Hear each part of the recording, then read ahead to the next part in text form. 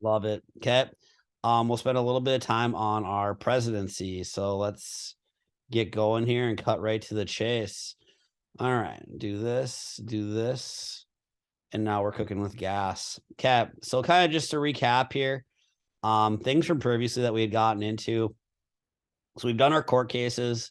I think we should be pretty familiar with those already.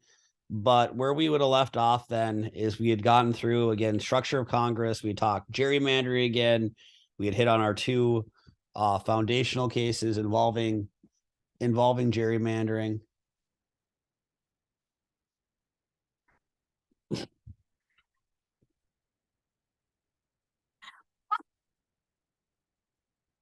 Hey, Professor, do you want to say hi to Mrs. Rowe? Hello, Mrs. Rowe. Hi, Andy. Who's your favorite Rowe? Answer correctly. Don't do that. This is being recorded for the interweb, Professor. So I will remind you there is only one Rowe that gave you the nickname of a lifetime. No comment. Okay, fair enough. All right. Moving back into this. She just came home from grad school, so she wanted to give me a hard time. Anyways, but last time we would have met, we talked Congress. We gotten back into gerrymandering again. Two important cases: Baker v. Carr, Shaw v. Reno. Again, Baker v. Carr. Congressional districts have to be approximately equal in population. Again, that's the one person, one vote idea. And Shaw versus Reno has to do with racial gerrymandering. Then again, congressional districts cannot be gerrymandered based solely on race. Again, gerrymandering, it only affects really one of our houses of Congress. Which house of Congress does gerrymandering have an effect on? Representatives. Yeah, House of Reps, right? It has to do with population. Most representatives represent a pocket or a district is what we'd call it. Those districts oftentimes are gerrymandered one way or the other to favor, certain political beliefs. Okay. So that's some of it that we'd gotten into. We had talked through some of the different models of how congressional folk, Congress members, how they should go about. There's Maisie, how they should go about conducting their jobs. We talked trustee, delegate, and political models. Again, trustee is the idea of acting on their own accord. Delegate representing the people, and politico kind of a combination of these two, with keeping in mind political affiliations. Okay, so that's where we'd have left off. Again, the Congress and the president, they rely a lot on each other to do their jobs, right? And in order for Congress to ultimately fulfill its legislative duties, the president will have to, more times than not, will have to sign off on bills, resolutions, whatever it might be. And so there's a pretty important relationship, or a very important relationship, between our executive branch, our president, and our legislative branch, our Congress. And so our president and our Congress, they both use a variety of tools to kind of get whatever it is that they want, right? Politics. But it's focusing on the president for now. So many of the presidential powers, I know all of you have your pocket constitutions handy, but so many of the presidential powers are powers that have kind of developed over the course of time. Things like executive orders, for example. That's not something that's discussed, word for word in the Constitution. It says the president has executive power, and over the course of the past couple hundred years, that's transitioned or transformed, I guess, into various things, whatever executive power is. And we call those things like the formal powers, those that would be discussed in the Constitution, and the informal ones are those that have kind of just developed over the course of time. So like an executive order, for example, would be an example of one of these informal powers. But things that are within the Constitution, like the vetoes and the pocket vetoes, again, those are tools that the president uses to limit the lawmaking power of Congress. Again, a veto is simply the president, giving it the red stamp and saying, no dice, you shall not pass. Pocket veto, similar idea, right? President has so many days to act on a bill. If so many days pass, excluding Sundays, of course, honor the Sabbath day, then that law would also effectively be vetoed. Again, those are both formal powers. They're powers that the president uses to check Congress. Does anybody remember? So like, again, a veto, it's usually like if a bill gets vetoed, it's kind of dead in the water. I mean, generally speaking, in modern politics, if Congress, both houses pass a bill, in modern politics, generally that bill will pass through the president, not every time, but generally speaking. But let's say the president does use that veto power to limit, to check, we'll use the AP Gov words, to check the power of Congress. Can that bill still be passed despite being vetoed? Throw it out there for some thought. Yes. Yes. Yes. Yeah, it can still be passed. Any of you remember the process for that, or what that check looks like on behalf of the Congress? Is it just 2/3 of both houses? It's just, yep, you hit the nail on the head, Andy, Mr. Professor. It's just 2/3 of both houses. Now, again, how often does that happen where Congress overrides a veto? It has happened. How often does it happen? Not very. It's kind of like, Haley's Comet. It only happens every so often, but it has happened. Okay. And again, those are, formal checks that they hold over each other. Again, Congress and the president, that relationship is so important, yet so volatile. Other things then, again, our president, has just with the role as, kind of become our head of the foreign policies, right? The president can negotiate treaties and that type of thing. But again, for a treaty to be ratified, another check with that, it has to be approved. Which house of Congress has to approve treaties? Just one of them. Senate? Has to be the Senate. Yep. So like anytime you're talking about like a confirmation or something such as a treaty, for it to be approved, it has to go through the Senate. And that's a formal check. Okay, that's not something that's just kind of come up over time. That's a real deal. It's a real thing, per the Constitution. We also look at, again, formal powers of the president. Another one of those things includes the commander-in-chief powers, which more or less says that the power is, or the president is the commander-in-chief of the military. And what that's led to over the course of, the past couple hundred years is it's led to, a variety of undeclared wars that the United States has fought. Basic U.S. history is most of the wars that our nation has been involved in are military conflicts. Most of them have been undeclared. Again, the president uses that power. There's something called the War Powers Act. We talked about that. War Powers Act comes about as a result of the Vietnam War, in an attempt to limit those commander-in-chief powers of the president. There is a Supreme Court case. It's a key one. It's a landmark that you guys have to know. Kind of around the same time period as Vietnam. Just a quick review. What's that case called? Having to do with the president and maybe some information about Vietnam. New York Times versus the U.S. Yeah, New York Times versus the U.S., right? President Nixon did not want some information published. It would have, I guess, kind of made the United States look bad. They'd covered some things up. Again, the Supreme Court rules in favor of the Times, says that the press, is supposed to fulfill the wants of the governed, not the wants of the governors, so to speak. Okay. But again, president uses some of these foreign policy tactics. We talk about those that feel cray on the internet, with which, Andy, I know it's always you. There's a show that I really like. It's not on TV anymore. It's called The West Wing.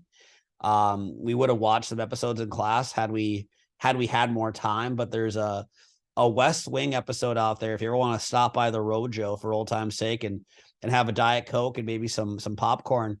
I own the West Wing, and there's an episode called The State Dinner. The State Dinner. So like the president, again, we talk about what does the president do to kind of like massage the egos of other foreign leaders. And there's various events that are hosted by the president, by the White House. We bring in all kinds of different foreign dignitaries, whether they're prime ministers, presidents, kings, queens, whatever.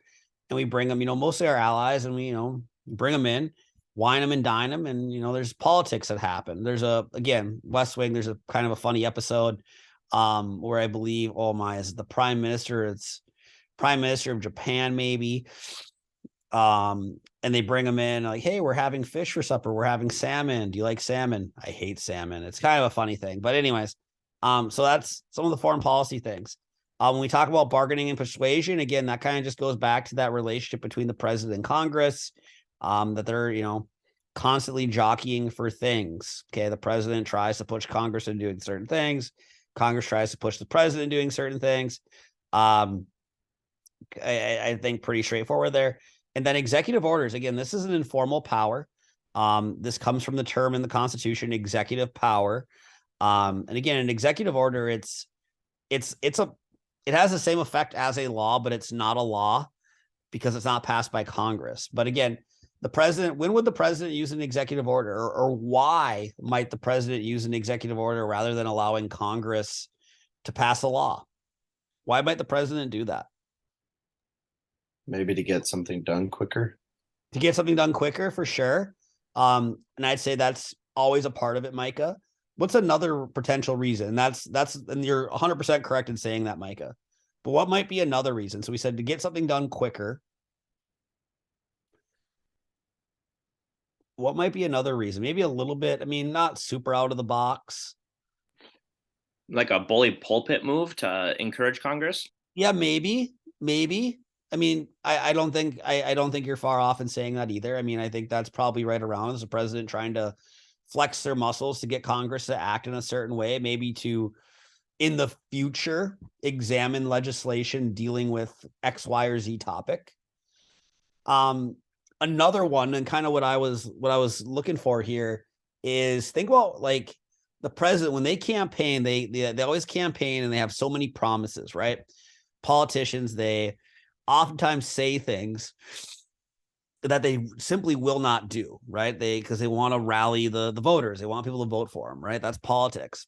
And so, you take a current example, and actually the Supreme Court, I think I'd have to do a quick search here, but I think it was just pretty recently the Supreme Court was examining one of President Biden's executive orders from this past summer where he was going to forgive, how many ever, $10,000 worth of federal student loan debt for each borrower who had it. And so again, there was challenges, having to do with that.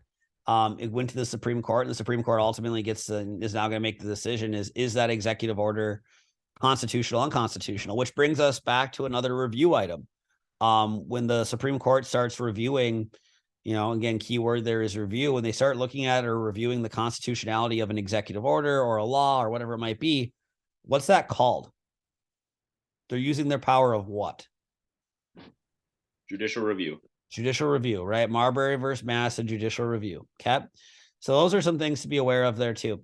And then this last thing, and this would have been something that we didn't spend a ton of time on here in class, this last item here on the course guide, and those are called signing statements. And so when bills are passed or when bills are written, like they're very long, but the actual like body of a bill, like what it's trying to do, it's not super specific. Okay.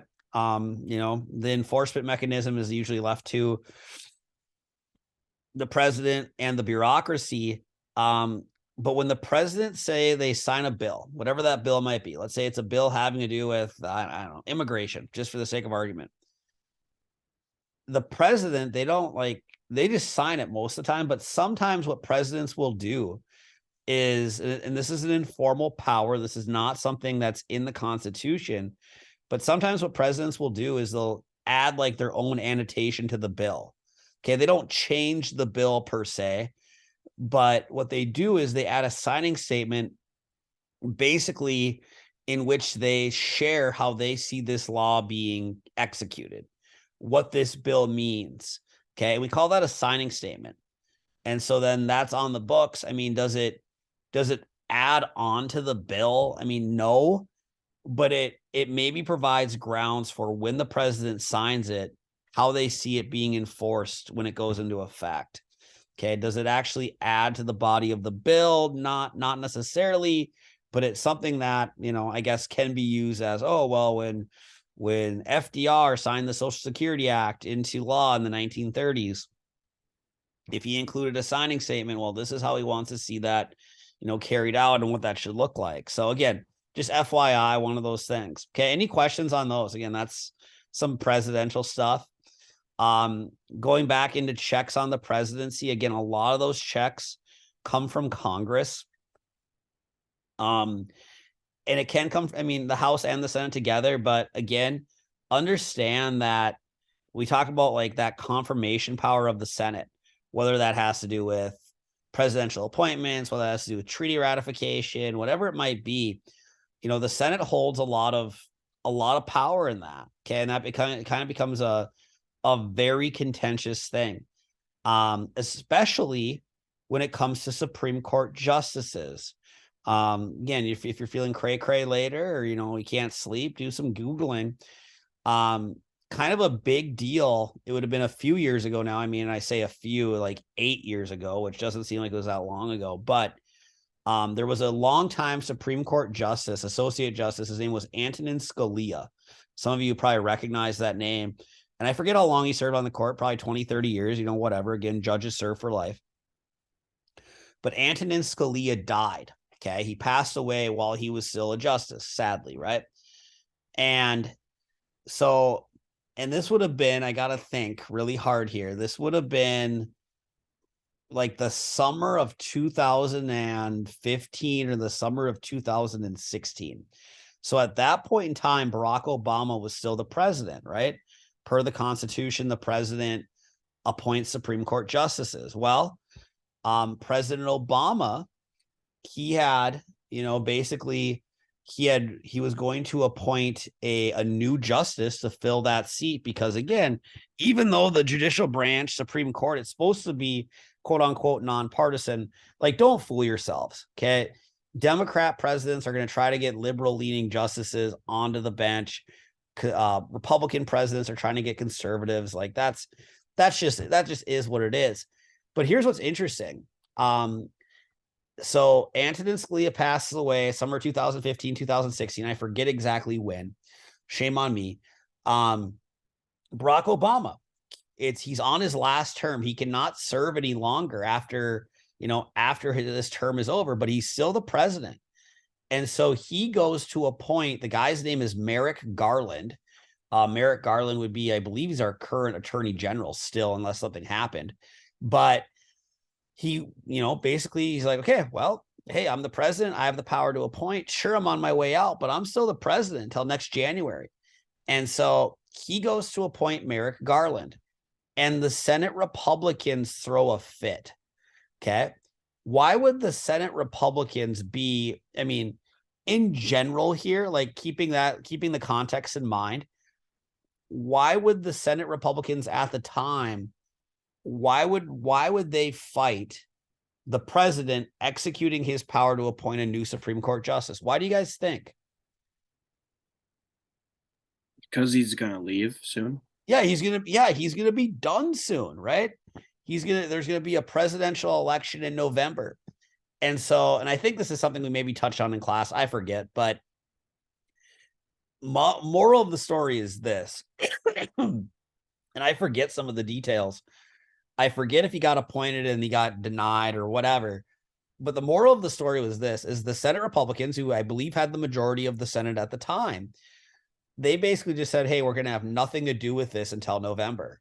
Because in their minds, they said, hey, the next president should choose a Supreme Court justice. Like, that's just the right thing to do. And they cite that, hey, there's all of this, there's all of this history on this is why and whatever. Okay. Politics. Flash forward now. Okay. Flash forward to 2020. There's a Supreme Court associate justice, another one who dies. Anybody remember their name? Ruth Bader Ginsburg. Yeah, RBG, right? RBG passes away. Okay. And she was a long time,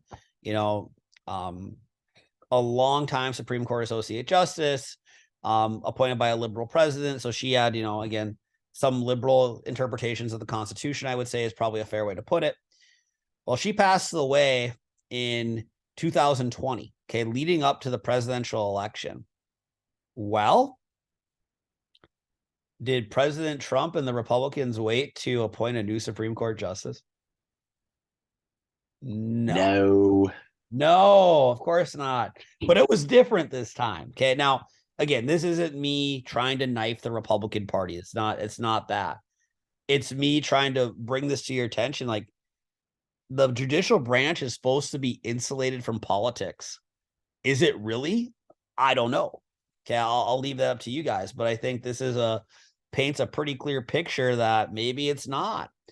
And so, yeah, there's a new Supreme Court justice that is put on the bench. That would have been, what was her name? It's Amy Coney Barrett. Okay. It's Amy Coney Barrett. She'd be the one that gets appointed here during this time period. So yeah, it's funny the way some of that stuff works out. Now, again, I'm sure the Democrats have probably been guilty of doing the same thing, but guys, it's politics, right? And so that appointment power becomes a pretty contentious thing. It really does. Okay. So that Senate confirmation power, it's an important power. Again, because we just touched on it, right? That the president can only serve so long. That's in the Constitution. Judges can, technically they can serve forever or until they, pass away or resign or retire or whatever. So, all right, questions on that? I think we kind of hit on all these things that, again, sometimes the initiatives of the president and stuff that Congress wants to do, sometimes they're, they butt heads, they're in conflict a little bit. All right, moving on. So over the course of time, I would understand that the general pattern here is that presidential power has really only ever increased. Okay, dating all the way back from the 1780s when George Washington became president, right? There's been the president, Washington created a cabinet, okay? Because Washington said, hey, I don't know everything about the treasury. I don't know everything about dealing with foreign nations. I don't know everything about this. I don't know everything about that. I'm not a lawyer. And so, President Washington starts the cabinet, okay? Because he wanted people that could advise him. And so that's, kind of like the first step in this thing growing, right? And presidential power growing. And it's only increased over the course of time. So there's a couple of key things here to know, and we will review all the amendments at a later time and date. But because the College Board, we've been over this 100 times. Some of the stuff they do just doesn't make a ton of sense.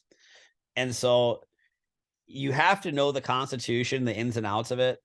They say you only have to know these amendments, but when you start mapping it out, there's only like 2 or 3 amendments that they say you don't have to know, but you should probably know them anyways.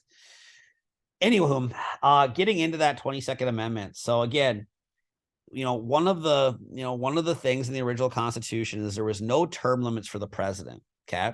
So this whole idea of only serving 2 terms, it's a tradition that started by Washington, kind of like the cabinet. All right. So every president from Washington all the way to the 1930s and FDR, presidents that serve multiple terms, they only serve 2. Okay. Teddy Roosevelt technically ran for a 3rd term, I guess, right? His first term, he had succeeded to the presidency when William McKinley was assassinated. He then gets elected to a term of his own. And then he ran for, I guess, a 3rd term, if you want to call it that, but was defeated by Woodrow Wilson. But it's not until after the presidency of FDR that there is a constitutional amendment placed on the term limits of the president. That's a 22nd Amendment. How I remember that is 22, 2-term limit. President can only serve 2 terms, or big math people in the room, a shout out to Micah Van Hall, the man, the myth, the legend, big math guy. The president, according to the 22nd Amendment, can only serve 2 terms or a total of 10 years. Micah, how does that make any sense?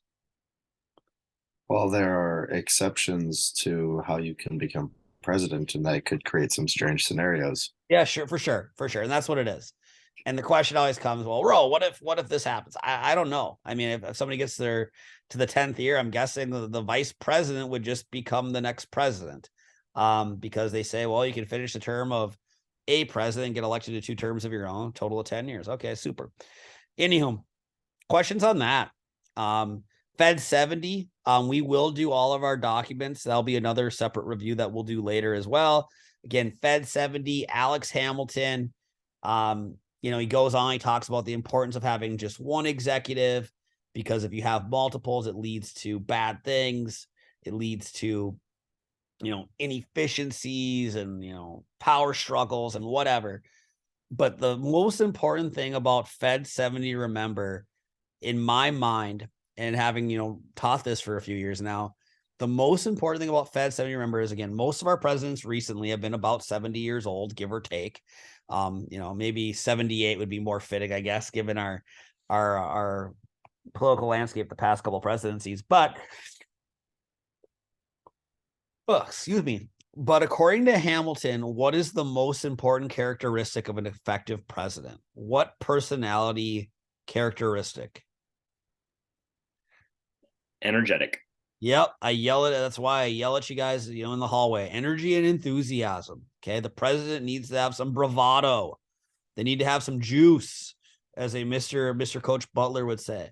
Energy. Okay, they need to be energetic. And that's the most important thing. Again, single executive. They need to be energetic. Okay, they need to be able to react quickly to things that are going on because they are the commander in chief. All right. Questions on those things?